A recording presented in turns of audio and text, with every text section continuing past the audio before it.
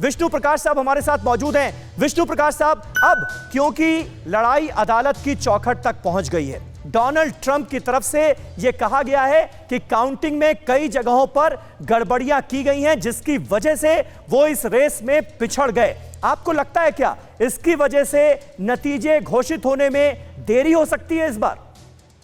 जी, देरी हो सकती है, पर कहते हैं देर हो सकता है, अंधेर नहीं है। हाँ।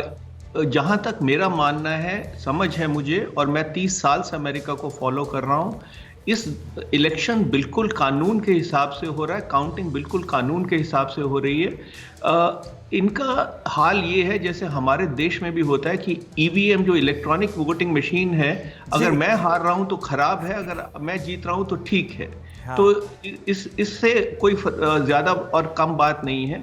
अब देखें, जो हमारे एक कुलीग हैं जो कह रही हैं कि वोट कहां से आ रहे हैं। अब आप सिर्फ पेंसिल्वेनिया का मिसाल ले लीजिए, और हर एक राज्य को अख्तियार है अमेरिका में अपने कानून बनाना कि किस तरह से काउंटिंग होगी।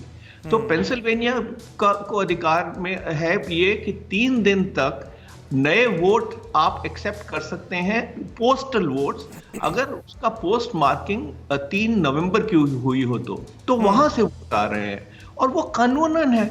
तो आप कानूनन वोट को किस तरह से चैलेंज कर सकते हैं? मुझे तो बिल्कुल समझ नहीं आ रहा कि किस बेसिस पे ये सब कुछ हो रहा है। आखिरला पॉइंट समीर जी कि अगर सुप्रीम कोर्ट तक मामला जा रहा है तो वो उसमें कोई होना नहीं चाहिए, क्योंकि बड़ा सिंपल केस है, पर अगर जा रहा है तो वो कानूनी है, क्योंकि सुप्रीम कोर्ट भी एक हिस्सा है देश का।